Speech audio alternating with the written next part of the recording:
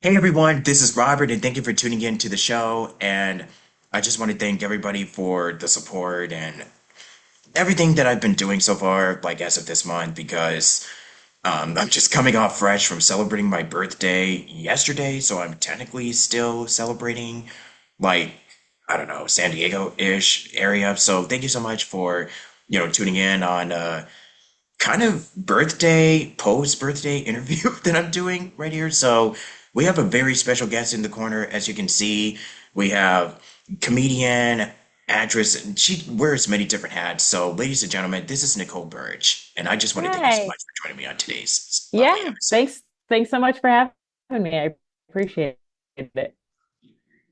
Yep, anytime, anytime. So, I guess without further ado, I guess tell us everything about how 2024 has been going for you and what you're working on as of right now.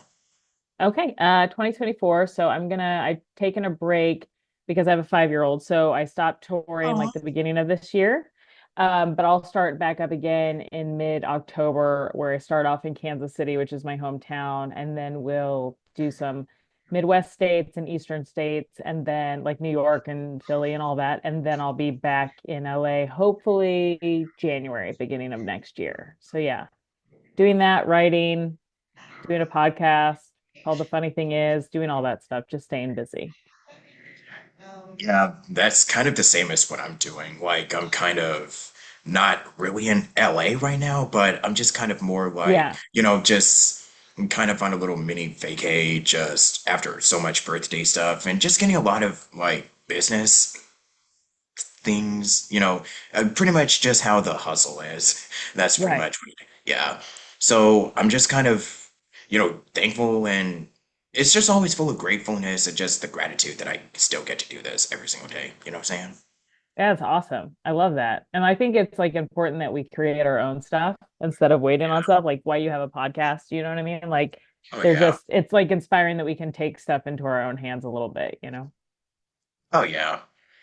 So I guess I wanted to know from you, like, was this always something that you've been kind of, had your mind set on since you were younger, or where did this all begin for you?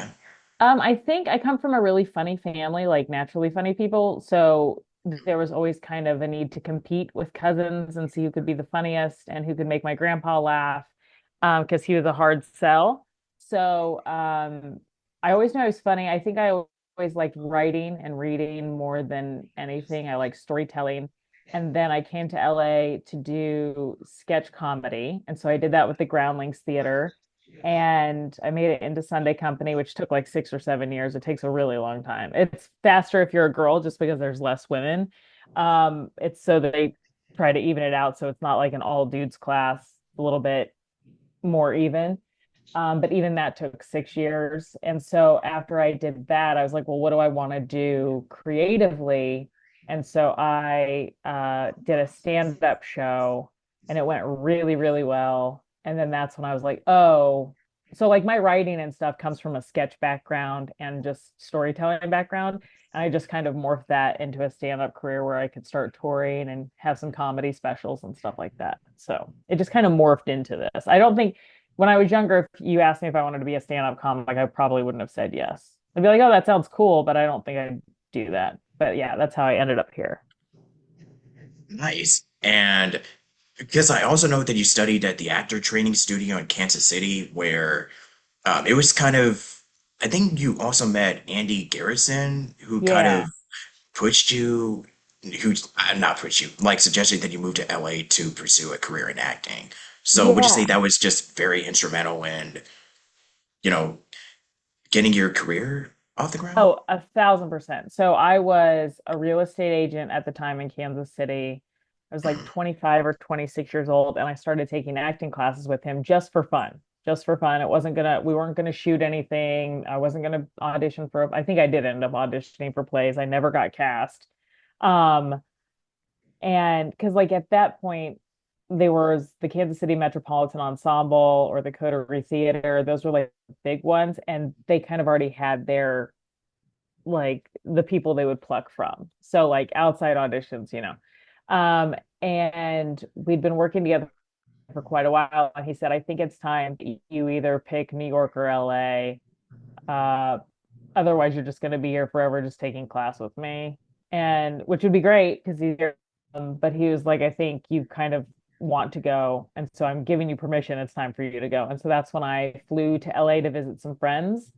Fell in love with Los Angeles and the weather. I didn't even try to go to New York, and then I moved here like 6 months later. Yeah. Nice. And I guess that was like kind of like one of those things where it was just sort of spur of the moment, and Yeah. it also turned into like a life-changing event for you. Yeah, I think a lot of I was afraid to tell my family. Do you know what I mean? Like it's not something people in Kansas City do. You don't just pack up and move to a coast. I would have been I think I'm still the only family member in my immediate family for sure that's ever lived outside of the state. And most of my cousins will never leave. And not that that's a bad thing, but it was just really outside my wheelhouse of what I knew was normal. So doing that was a big leap. And I knew that if I didn't do it in that moment, because I was 27 when I came out here. So if I didn't do it in that moment, that I wasn't going to do it. Yeah. It was kind of like it kind of goes back into like taking the big leap and just going for it. Yeah. Yeah. And I think that's important. If there's something you want to do, even if, and I've thought about this a lot lately because I've been out here for 15 years. If you do it and fail, there's still lessons in that. Most people, 95% of the population, doesn't try to find out what their gift is. And then the 5% that do, 95% end up crashing and burning within the first year and don't keep going. And so like if you chase a dream, you choose a dream, you chase it, and you keep going and going and going, with perseverance, you've already beat out, 95% of the people out there. I think that's important, whether you succeed or fail. I think that's important. Yeah. And what was something that you really took from the actor training studio that still that you care? That is something that is kind of, it stays with you to this, to this very day. Where did I get from what? Sorry, from where? Oh, my bad. It's like, what is some of the biggest lessons or like anything that you took out of the actor training studio that, you still remember to this day? I think with Andy, he had me do a scene, and I know he did it at the time. I didn't know what we were doing, but it was me. It was my character and her father at the time, and he was telling me how cathartic acting could be, and how grounded I could make it, and how realistic I could make it.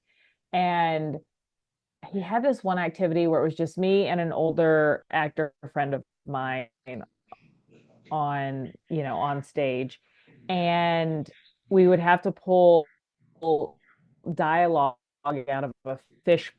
Now that I'm kind of a professional improviser, it's hilarious because that's what he was teaching me at such a young age and so early on how to implement things like that.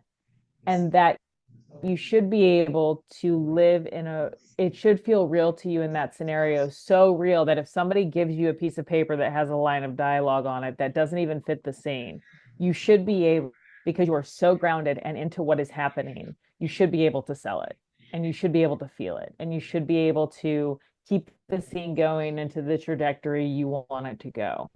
um and that has helped with every part of my acting, is to like take a minute, pretend you are where you're supposed to be, but like really feel the emotion on and the dialogue that's happening with you and another character. Yeah. Yeah. And for Groundlings Theater, since you did mention it, since you just recently brought it up, how would you say that it was also like kind of like an area where you get to explore your playground and just pretty much establish yourself as, building all of these skills and tool sets into, into comedy and all this other stuff that you do. Yeah, I love that you said exploring your playground, Yeah, because that's that is such a beautiful. good, That's what that's a it great way is. of putting it. Yeah, it really is. Yeah, keep that, because that's really powerful. I think Yeah. a bunch of different characters. I got to be, you get to be as weird as you possibly can and you're praised for it versus like if you do that in a grocery store, people are gonna probably kick you out. But you get to be as weird as you want to be. You can expand your creativity, but mostly Groundlings taught me how to write. I think beats and an out, or three beats and a button. And that's what stand up is too. It's just in a different form. So at that point at Sunday Company, I was writing and performing 40 hours a week for 6 months. And it's like a muscle curated on its own so that when you're out of that program, you still would write like 20 hours a week just because it's in your DNA at that point. Do you know what I mean? Like it's going to build up that muscle to where you're like, oh, I can create nonstop if I wanted to.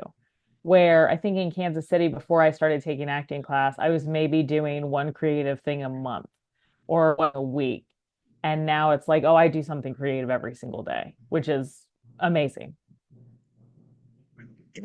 Is there ever really a day where you kind of discover something new every day when it comes to, improv or just anything in life? Oh, absolutely. Actually, improv. I was teaching for my friend who runs Improvolution in New York.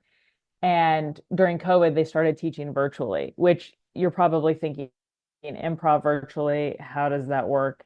Look, it's never going to be as great as it is together on a stage. However, when you have all the boxes up, everybody has a number, you can do a lot of you can do a lot of the activities as long as everybody has a good connection.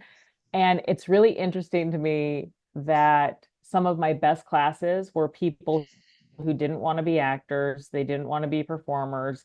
They were CEOs, they were doctors, they were salespeople just trying to get better at sales. There were a lot of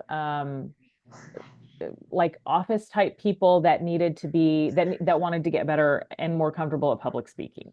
So they decided to take an improv class. And when they did that, they were some of the best performers because they don't overthink everything. They're not trying to just perform. They're not trying to be the best looking or make the most sense, whatever they want to say. And some of those moments had me laughing so hard. And what that taught me was, oh, we have to get out of our own way and out of our own ego. And I'm so worried about what this looks like, or if this is castable, or if somebody's going to, have me on their podcast if I do this. It's more of a, oh, just shoot from the hip and just do the task at hand. And that's sometimes the funniest content. And I'm also asking as somebody who is in the LA area. So, being from Kansas and then moving to LA, um, would you say that it was also kind of like, after you made your move to LA, would you say that everything just kind of started like snowballing from there? Um, yeah, I think I auditioned for the Groundlings my second day here. Wow. I remember I wanted for a very short second, I wanted to be a serious actress. Like I wanted to be a dramatic actress. In fact, all my headshots I took the first week in LA, they were all very dramatic, no smiling. I didn't have a pop of color. Um, Everything was black and drab. And I was like, I'm going to be a serious actress. And then I auditioned for the Groundlings my second day here. I got in. And after that, I was like, oh, I just want to do comedy, which is more of my wheelhouse for sure. Um, so once I did that and took that step into comedy, then I joined what is it? I guess it was kind of like this was like early on when people were filming sketches and putting them on YouTube. And so I joined a troupe that was at first all men, but they had just started casting women. And I joined that, became friends with two of my still best friends today, Joey Mackey and Lisa K. Jennings, who does a ton of voiceover work for cartoons now.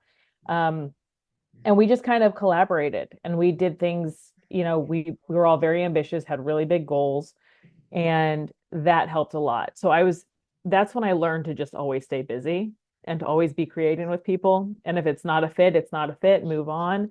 But if it is a fit, to nurture that, to keep feeding into that. And that's kind of where the snowball thing effect happened. I don't think I felt like I was getting anything back financially. I was getting a lot back energetically. but I don't think I was on anybody's radar or getting money back for things for probably 5 or 6 years.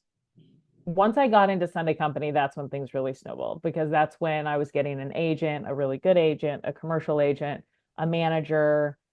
I started booking, I booked a national commercial, which was not life changing, but monetarily made me go, oh, I could do this. Um, and so that's when it probably snowballed. And then 2018 was probably my best year, I would say. When I was like, oh, I can do this as a career by itself. I don't need a side hustle anymore. And then I got pregnant at the end of 2018, had a baby in 2019. Things were still going well then. I was doing a lot of writing, selling scripts. And then I had a European tour that I was supposed to start in May of 2020. That was 4 to 5 months in Europe. And then the pandemic happened. So Yeah. that got stopped. So then, which was fine because, yeah, honestly, I went back to Kansas City for a little bit. I still kept my place out here, but I went back to Kansas City, stayed with my mom for 5 months. I had a 6-month-old baby who ended up turning a year old while we were there. And What? that was the best that and I didn't feel like most moms at that time feel like they're missing out. The industry isn't going to call them anymore. You're not going to work anymore. Your whole life is this baby, which it is, and as it should be. But I got to be at home with her, and I wasn't missing out on anything because nobody was doing anything. And you couldn't do stand up except at like outdoor events that don't pay and that people are honking at you the whole time. So that was just I can't. I had friends that did it. I could just in a parking lot where people can honk at you is the absolute worst. Like I don't know how they survive that. So yeah. So and now it's back to writing and doing a podcast. I put out another comedy special. I was lucky enough that my first comedy special, which we filmed at the end of 2018, I was so lucky that Amazon bought it. But when the pandemic happened, they said, "Oh, we're not going to release it." They were going to release it St. Patrick's Day, so March 17th of 2020. And they heard about the pandemic starting and they said, we're just going to hold it for a little bit. I thought it was going to be delayed like a month or two. And they said, they had so much other stuff to put out that was in their arsenal. And they were like, wait, we're going to run out of all content by August, all new content. And we're not filming anything.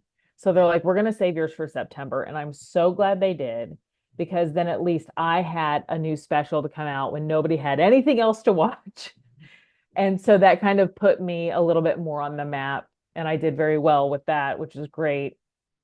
And then that working with Comedy Dynamics, they reached out to me to do another special, which they were going to produce because I produced my first one and sold it to them. This one, they're like, we're going to film it, we're going to produce it, we're going to put you on a bigger stage.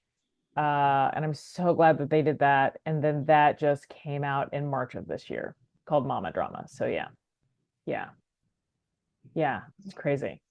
It's the timing of it all because you mentioned that it was going to be released in March 17 and then it got delayed because they had to literally focus on a lot of the other content that they had to put out. Yeah, So I think by the yeah, time when they got to August and September, it was just kind of like, wow, look at there. yeah. I know. Again, that's so much timing. All Yeah. of that was just timing because the whole time I was, standing on my mom's five acres with a baby on my hip, thinking my career was over. And then the timing of that just had a different, like to where I had to promote it. My PR team was like, we're going to promote it, but they're only doing Zoom interviews. It's like nobody's doing in-person interviews right now. So you don't have to come back to LA. You can do it from Kansas City. So I was doing it from my mom's dining room table, doing all these PR reviews in New York and Chicago. And all of that was so much easier than having to travel with a baby and try to promote. It was like, oh, I can just do it right here. It was great. I wish I would have had better lighting because I was not set up for that. But other than that, it was great.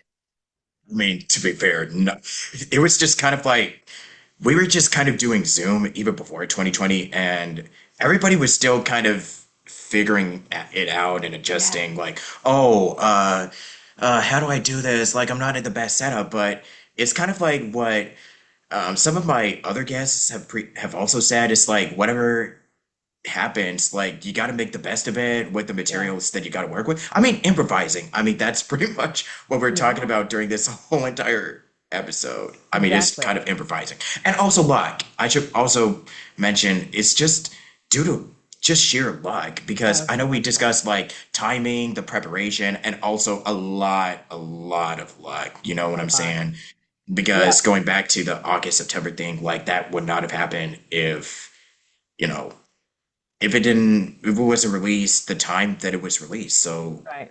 yeah, Yeah. you just never know. Yeah. There's this the Bob and Sherry show, which is like a nationally syndicated radio show. They have me on a few times a year, and they're so gracious and so loving. And like I'll do a character for them where I dress up as one of my characters, Bernie the bartender, and I teach him how to make a drink. But mostly it's jokes, right? And we have a lot of fun. And then at the end of it, Bob is always the one that's like, "You're so good. You should get your own show. You should, you can write anything. You're talented, blah, blah, blah." And then Sherry's always the pragmatic one who's like, "She's great. The thing is, I think we forget, and they've been doing this, they're in their 60s. She's like, we've been doing this so long and we've met so many people that we always forget about how much luck it takes." And then a lot of like even A-listers, I saw an interview with somebody and they said most A-listers forget how much luck it took to get where they are. They met the right person at the right time. So like for my special to do really well because of the pandemic, I'm sure somebody special didn't do really well because of the pandemic. Like it really is. That was like just sheer luck. And some people get really, really lucky really, really fast. Like when you see a 21-year-old who just moved to LA, who has no ties to the industry, no nepotism, no family attached, and they make it within a year, the chances of that are so slim. They are probably so good looking, but it's also like a lot of that is just don't bet on that. That's not really how the industry works long term or for most people. So a lot of it is about a lot of luck. I just think of so many stories of so many actors and just a lot of careers that literally got started right during the height of 2020 because everything was just insane. And I still remember the days where we were just all scrambling for toilet paper and stuff and just a lot of other issues that happened around the time. But if there is one silver lining in all of this, it's like a lot of us are just kind of seeing a lot of success. Like, I mean, it's different for everyone, but the overnight like time and commitment that they put into it is just something that has to be seen to be believed because literally in 2020 like a lot of stuff shut down, but this is also where a lot, I mean specifically, I love how you mentioned voiceover earlier because that also just exploded like Yeah. a lot. It really did. So it's just you just a lot of it is timing and luck like we were Yeah. talking about. Yeah. And like there's, people that are making money doing like social media influencing. There's, Yeah. yeah, that's crazy. But then there's also like people that started dancing on TikTok and now they have like 80 TikTok million is followers. bad. And I'm Boy, like, what? TikTok. I think the good lesson about that is you never know how you don't need to know. I think you need to know your intention, why you want it is so important, and what you want is so important. But the how is not really up to us. The timing is not really up to us. So when somebody who's 18 years old danced on TikTok and now they have 80 million followers and make probably 12 million a year, that's that goes to show you that anything is possible. You can make money in so many different facets. I thought it was going to be like, oh, I go to work, I read a script, I'm an actress, I get a check. And I have made 1% of my income doing that. I have made 80% going on stage and holding a microphone and telling jokes. And that was never, that wasn't even on my first bingo card. Do you know what I mean? So I think it's like just being open to possibilities and how things can evolve and where things can place you and just, but like you said, being ready for the opportunity when it presents itself is also very important. Yeah. Yeah. So I'm kind of curious, like, what is your process? Because every comedian has their kind of something, something. So how would you say if we were to go into I guess, the day in the life of stand-up routine of Miss Nicole Burch, how does that whole thing, Like, how how does do it I go? write it? Yeah, just pretty much how it goes from just being up on the stage, just preparing it, and after, Yeah. yeah, So I especially think, if you're going on a tour. yeah, usually I take notes throughout the day, throughout the week. Every day I'll write down something that I think is funny. And then I'll see if I Mhm. can curate it into a joke. And then from curating it into a joke, then I curate it into a story. Then I try to find a through line. Like with my first one, it was just one story about a really bad date with a celebrity. And then the second one was Mama Drama, which was how I got pregnant, having the baby, and then how I met my now husband. And it's all condensed in like a 4 year story. So the first one was one night story. Well, technically 2 nights. It took place in 2 nights. The second one took place in 4 years. And so once it's curated into a full blown story with the beginning, middle, end, I don't just go up and tell jokes. Like I make sure there's a full story. Then I kind of tune it and then I'll travel with it for probably, I mean, the first one I didn't travel with at all, but you can probably tell. This one I think I worked on for like 6 weeks. Uh, Again, that's a really short amount of time. Some people tour for a year before they do a comedy special. I was offered the opportunity to do the special at a very finite time, so I had to get it ready. So I had 6 weeks to do that. Luckily, I had enough friends that were like, "Come out to our club. You can do it tomorrow. Come out to our club. You can do it tomorrow." So I was lucky enough to be able to practice it quite a bit again in 6 weeks. And then we put it up, we filmed it. It still took, I filmed it April 8th of 2023 and it aired March 5th of 2024. So some of that material, you can't make it trending topics unless it's a really big topic.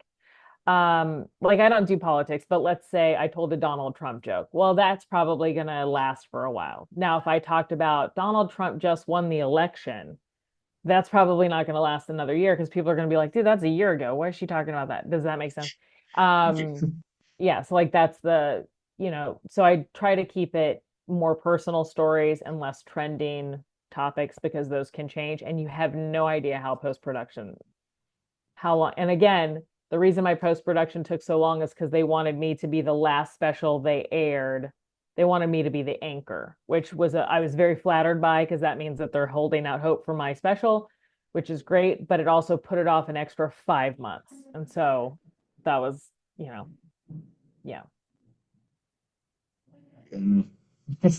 I mean, sometimes they kind of delay a lot of the specials or just projects because, for a particular reason, or if it's not pulling in the ratings, either yeah, one of the two. exactly, Or there's other factors, internal factors that are being put into play, but it's usually either these two that it's just yeah, kind of like, exactly, yeah, especially right now with, boy, with yeah, what's happening right now. But you know what? At the end of the day, like I always look for the positive in everything, where it's just kind of like, at least people are starting to, because I know we had that big strike last year where we just are, because we're just kind of done with a lot of the shadiness that was happening, you know what I'm yeah, saying? And just right, so much that is, I mean, we're still like, to this very day, we haven't really learned all the information or what's really, why we had to go into that route. But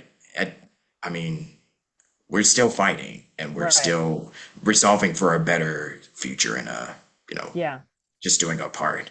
yeah, yeah, Yeah, and for the writing, because I know you said that because you've not only have you written for like your comedy and whatnot, but getting to write for other genres. Would you say that that's also something that helps you expand your creative, get I guess get the brain? flowing? Oh, yeah, yeah, for sure. I wrote a Hallmark Christmas movie uh in 1 week when I was in Kansas City during the pandemic. And just you because you can Google what the structure is. I mean, I think they've changed it now, but you can it's easy to Google what the structure is. It's like every scene has to have either snow or a cup of hot cocoa, a full-blown Santa scene, every scene in every script. And then you can read some scripts online.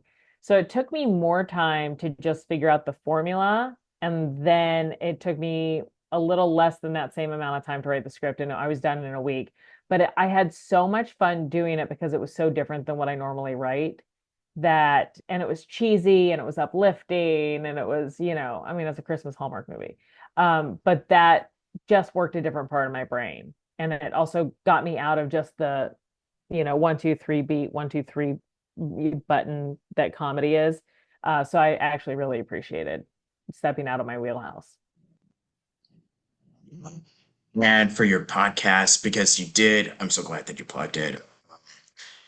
So for your own show, like, what was I guess the overall goal that you had in mind with your For the show? podcast? The format, yeah. Yeah, yeah, yeah. So I wanted it to be inspirational comedy. That was kind of what I wanted. And a lot of my comedian friend, we were talking in the backstage at the Comedy Store, and a lot of people were sharing like these. It just became a theme that backstage, it was always like a traumatic story was being shared, but it was shared in the funniest way possible. And I was like, this is the podcast. It's getting these comedians to come on, share something terrible that happened to them, but they're at the healing point where they're able to laugh at it. And then I wanted them to talk about what got them through it and then what the funniest lesson they learned was along the way. And so I started having comics come on, and then I had comedians but not stand-up comics come on, like more like comedic performers or comedic actors, and then I have a few friends that are just naturally funny people that tell stories. Um, I've had quite a few people in all different types of jobs now come and do it. And it's been a lot of fun and it's been really inspiring. The messages that I get back from it, like one of my friends had epilepsy, and there's this couple that a lot of families just found out their child has epilepsy. And so now they're looking at this. Somehow my episode popped up when they were searching about epilepsy. And they're like, it gave us so much hope and courage that he could just like laugh about it. And including one of his worst seizures is the seizure he talks about.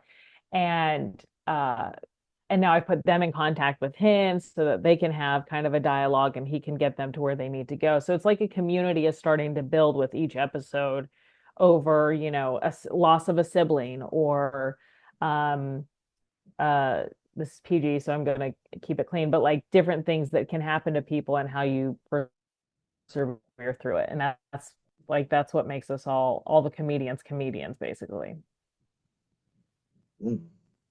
At least it's reaching out to an audience, and not just a specific audience, but it's more like people that have suffered from epilepsy or, from other personal stuff that happened in their lives. And it's just kind of crazy how when you're doing a podcast, sometimes I don't even know what will happen, but an algorithm or YouTube will just recommend it on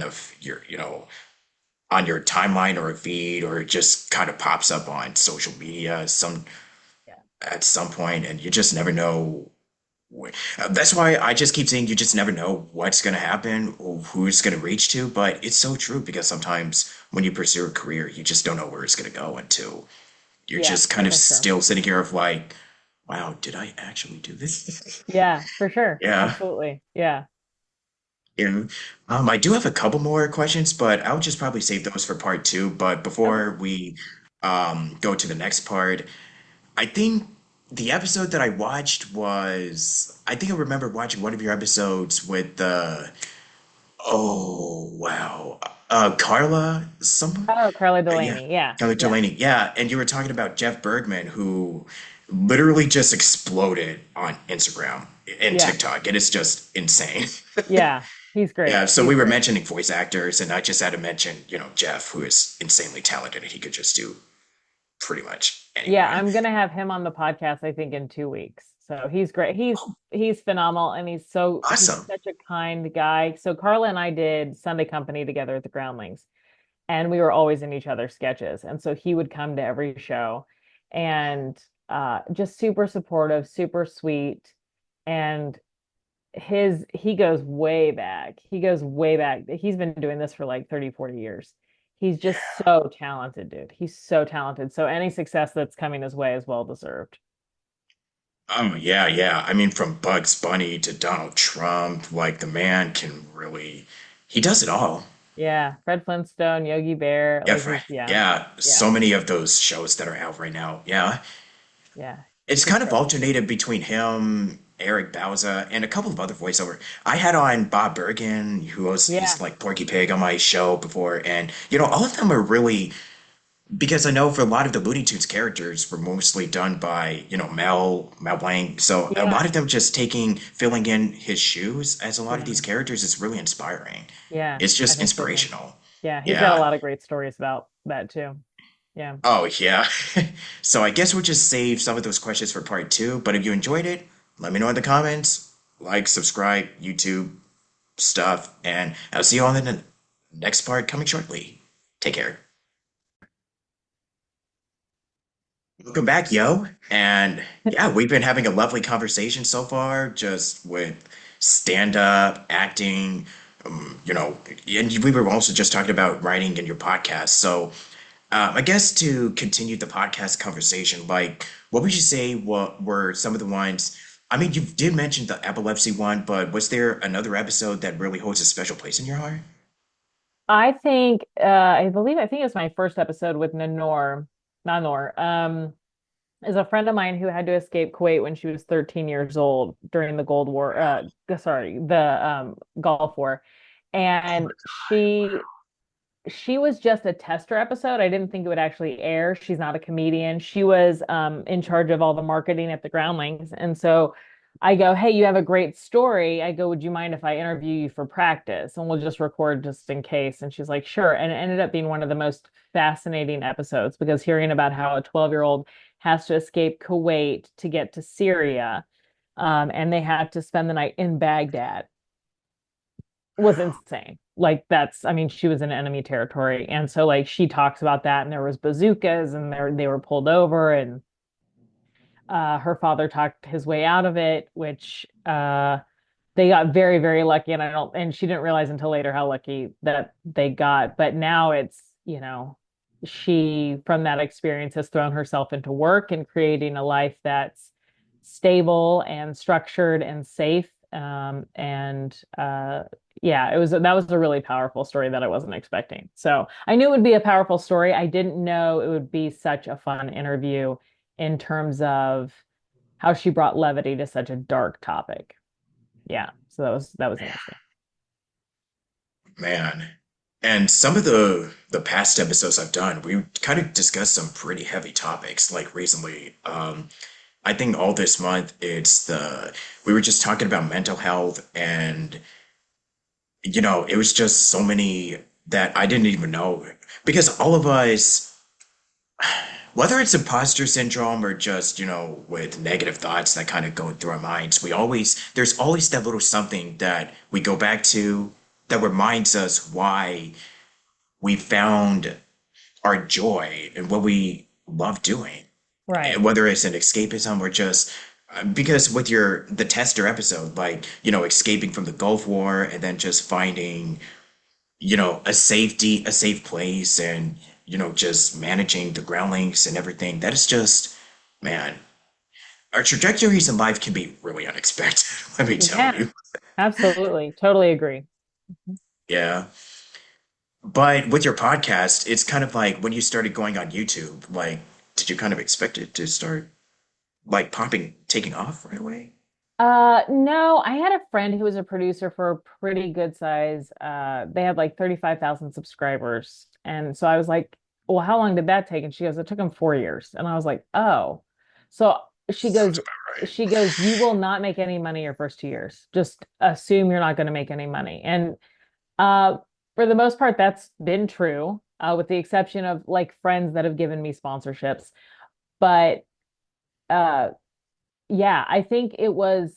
and it should always be more of your intention of what you want to do, which is what I'm learning the most right now is like your intention and what you get back from it mentally and emotionally is so much more important than the monetary stuff at first.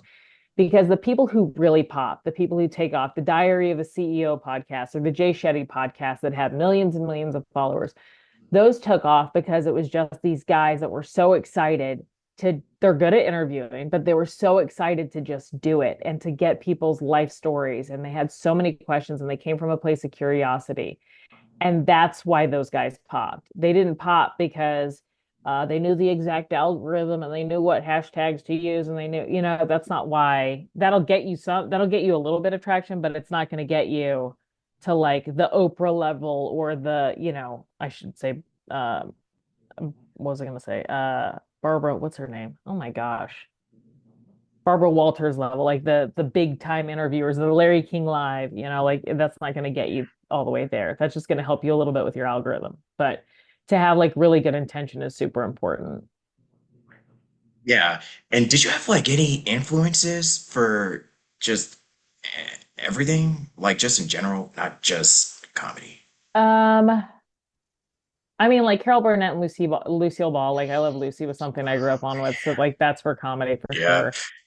Love the Yeah. Golden Girls. I watched the Golden Girls because it was just four women that could just the whole show was about them, and I was like, this is great. It's not, a male-led show, which is crazy. I mean, I love my male-led shows too, though. Like my favorite comedian's Bill Burr. So, um, yeah, there's a lot of those inspirational people, but that they could take a rough subject or a hard time and turn it into something you can laugh at now is like something that I really enjoyed. So that's my whole shtick is like taking a really hard time and making it funny. Yeah. Yeah. And the shows that you mentioned, those are kind of like from my parents' generation, Carol Yes. Burnett, Lucille Ball, and a lot of the comedians. And I also remember like people like the comedians like Three Stooges or Jack Benny, going back to Yeah. these are before the days of social media and the internet, you young Yeah. people. Yeah. Yeah. Yeah, I was kind of raised on like, TV land. So whenever if my parents are watching like a show from like the 50s or 60s, I kind of watch it with them, and that's all I Same. kind of knew about. Yeah, comedy timing. Like I did watch a lot of shows from like the 90s and 2000s, kind of like from my time, but it's just something about, going back. MASH is kind of, I know it's kind of more like military, but it still is a great, I mean, Oh, it's Alan great. Alda, I watched it yeah, all the time. Yeah, yeah, yeah, David, just the cast is just brilliant, yeah. just, yeah, this is back during the days where if you're a comedian, nobody will get offended at what joke you tell. Yeah, dude. I mean, Hot Lips Houlihan, that was like I Yeah. went for her for Halloween for a few years just because like you said, if your parents were watching it, you started watching it. My mom watched MASH all the time. So it was like, and that was making fun of a war. Like that was insane. And then they had a cross dresser, which was called a cross dresser back then. And like you could make fun of it. And it wasn't, yeah, it's very different now. Yeah. Yeah, there's like some stuff of like, oh, uh-oh, I know this probably gonna offend someone, but Yeah. what can you Yeah. do? Yeah, exactly. Exactly. Yeah, gosh. But I guess outside of the work that you do, what has been something else that is like, because you kind of been moving back and forth from country to country. So what has been something that you've also been kind of picking up, like as a hobby or just anything Oh, as a lately? hobby. I mean, I'm pretty busy with a 5-year old. So she's kind of Oh my, yeah, yeah. she's all my extra time. But I think with her, like I'm getting back into enjoying the things that I liked as a kid. So like riding bikes, um, Yeah. teaching her how to like knit, not knit, but just it's not even knitting. It's the thing we had when we were little where you could make those like pan holders. And so like Oh, I know what it it is. you know Yeah. what I I mean? It's just super can't think easy the for name. kids. Yeah. And then like doing those kind of craft things that I used to do as a kid is it taps into a weird part of me that reminds me of my childhood and reminds me of being a kid. And it was so easy, but it's active for your brain and it's relaxing. And she loves doing it, painting things. She loves painting. So kind of doing that stuff with her. I'm like really in because it just like calms my cortisol level and like just brings me back down to being a kid again, which is great. Yeah. And I think recently you did an episode about parenting, and I guess that's something that we can also discuss real briefly. So, yeah, pros and cons of parenting. Oh, I mean, con is like my career went to the wayside, right? Like that's, I think a lot of moms feel that way, especially a stand-up comedian. I can't go on tour like I used to. You can't do 35 weeks a year anymore because I don't want to be away from her that long. So now it's like 15 weeks. And she's usually with me for like my husband will bring her to like 3 or 4 of those, but the rest is while she's at her dad's house. So I think juggling that in the early years is really hard. And I I don't fault anyone for when they have kids getting out of the industry now. I used to think, oh, you had a family and you quit. And it's like, nah, dude, I totally get it now. Like your priorities just change. Everything changes. Like I stopped auditioning for commercials when I had her because I was like, oh, I've done like 500 auditions and I've booked 3 commercials. So me dragging her to an audition and getting ready and doing all that, it just wasn't worth the juice wasn't worth the squeeze. Especially if it was like an audition that was like, we're looking for a female ages 0 to 85, any ethnicity. You're like, you have no idea what you want. I'm not getting out of bed for that. I'm not waking her up for that. Um, your priorities change. Where before I had a kid, I had so much more free time that I was like, sure, I'll do that. And I'll stress out my whole life just to do this one audition that I probably won't get. Um, and I used to judge people on that. And now I'm like, oh, your priorities shifted. It's not that you gave up. It's like, oh, I'd rather do this instead. I didn't know that. So that was the big learning lesson there. Yeah, it's that's sometimes stuff just changes, man. Whether Yeah. it's life or just a circumstance that is beyond your control, Yeah. it just, yeah, it can change a whole trajectory of what you originally planned. I mean, Yeah. that's certainly happened to me, and I know it's happened to anybody watching this. Yeah, for sure. For sure. Yeah, but outside of that, I guess that was the LA lifestyle. I mean, I don't I mean, God, LA has changed so much, I think, since the pandemic. Like, It really, yeah, we used to socialize all the time. There were always places to go. Now, I think not only is the landscape physically changed, but like even Melrose, like I live right near Melrose, and every other store is vacant or the business is shut down. 5 of my favorite restaurants have closed in the last 6 months that have been open since for like 20 years. You know what I mean? It's not the same landscape. I'm also a mom now, so like I don't go out late. I'm not at the comedy clubs late. I think that's a young man's game. I also think people don't know that you don't make money doing stand up in LA. Comedy Store pays you $20 if you're lucky, might give you a parking spot. Um, and it's just a networking facility so that you can get on tour and make money elsewhere. I make all my money on the road. I make maybe $100 a year doing stand up in LA. And that's not true. So a lot of friends will give me gas money. That's like, because and most people don't know that. Most people think you're getting paid at the comedy store or you're getting paid and like even the heavy hitters don't get paid there, but people don't know that. Now, this is where you want to go, you want to network, you want to make friends, but as soon as you're out on the road, you can live anywhere, you can go anywhere. And I think with that, especially since the pandemic, and with that, it's kind of like, oh, do I still have to live in LA? And I think I counted it yesterday, 8 of my comedian friends who are all touring, who all make roughly 6 figures touring, all of them have moved out of Los Angeles. And half of them have moved back to their hometown, half of them have moved to just another smaller town, which is really interesting. Because I don't think you ever would have done that 5 years ago. I don't think any of us would have done that 5 years ago. Yeah. It's just yes. different.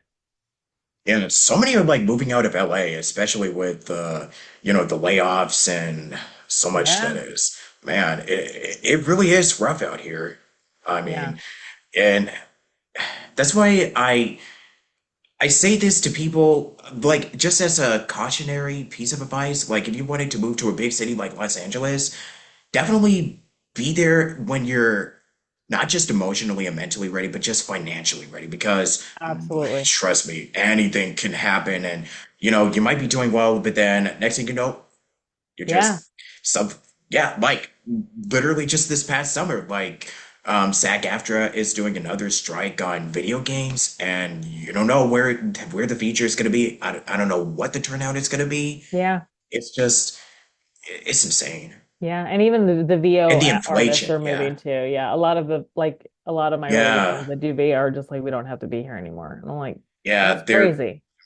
I mean, some of them have moved to Vegas or they moved back to their home. Some of them moved to Hawaii. So Yeah. I know a lot that moved it's to Nashville. Like a Nash, lot that moved to Nashville. yeah, I was like, Tennessee. Yeah. yeah, it's crazy.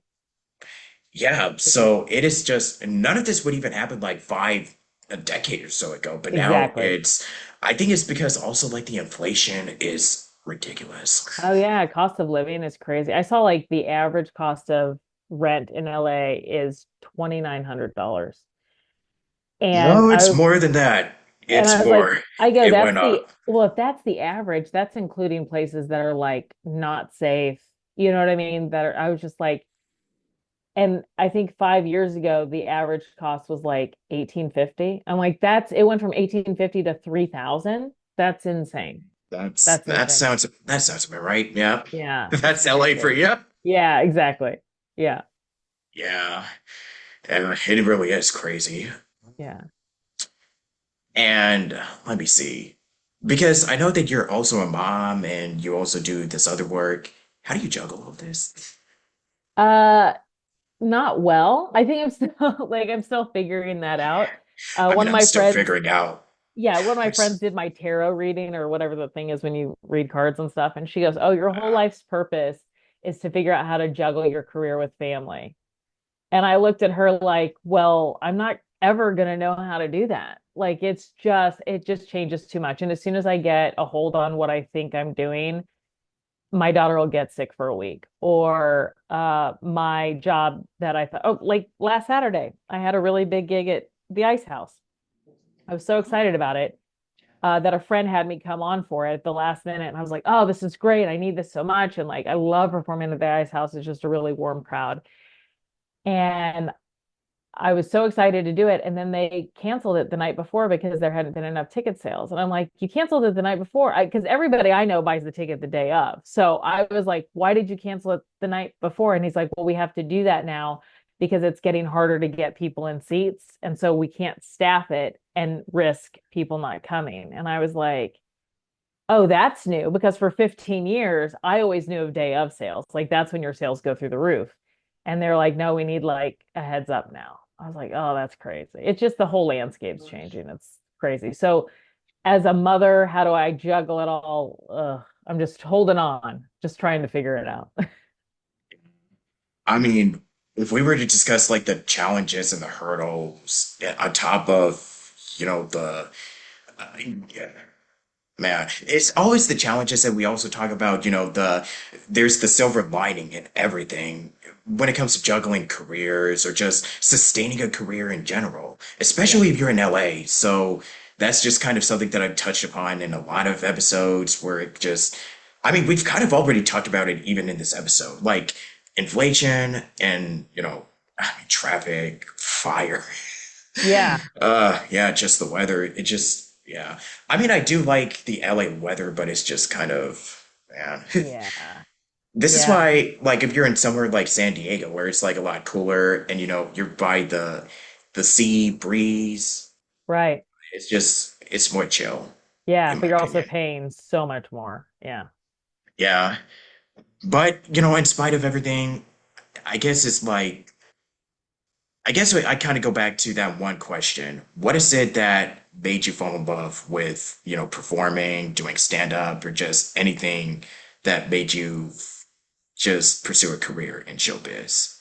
I think mostly I just wanted to make people laugh. I think I've always wanted to do that since Yeah, I was a kid and just on a bigger stage. That's it. Just yeah, make people laugh, give them a break from the insanity of their lives. Just give them a break. Yeah. yeah. Amen to that. Yeah. Because it can be really hard, but if you brighten up somebody's day, like that's totally worth it, you know? Yeah, If there's that one person that has had a smile over like a show that you did, it doesn't matter if it's good or bad. Like if you made somebody laugh or smile, then it's that just makes it worth it, you know? 1000%. Just making somebody's day even better. Yeah, Yeah, you just don't know what they're going through. Like somebody might be going through on the exactly. inside, so it's like just being there for somebody just makes it all worthwhile. It really is. Exactly. Exactly. Yeah. So I guess to close this out, like, besides the what is it that you're going to be doing? Like, I guess the Jeff Bergman interview you're doing. What else that you wanted to share, or just, Oh, just follow me on at the funny thing is podcast, wherever you get your podcasts, or you can follow me at Nicole Burch Comedy on Instagram, any of my socials. And then I have NicoleComedy.com where I'll be posting all of my touring schedules. okay, so that's your website, socials, Yeah. and Yeah. cool, cool. And that I think that's pretty much where we'll just look at any upcoming projects that you got Yeah. cooking up. Yeah, Great. Awesome. Thank you. yeah. And any final thoughts or piece of advice that you want to close out with? Oh, just I don't know. I think find what you're good at, find what your gift is. Those might not be the same thing. And then if you have a goal, just try to find a way to make money at it, but make sure your intention comes first. That's Oh it. yeah. Yeah, that's just about it. I Yeah. just want to thank you, Nicole, for stopping by. This was so much fun. I really Awesome. enjoyed doing this. Thank you so Um, much. it's an honor and just a good way to, I guess, do a post birthday type of Yeah. interview. Yeah, 25, baby. Awesome. Happy birthday. Yeah, thank you. All right. And I guess for my outro, this is Robert and this is Nicole Burch and yeah, this is Station Square and have a outro for this. Yeah, great. We'll see you soon. Yeah, see you soon and until next time, take it easy and keep crushing it out there. Love y'all. Bye. Live long and prosper.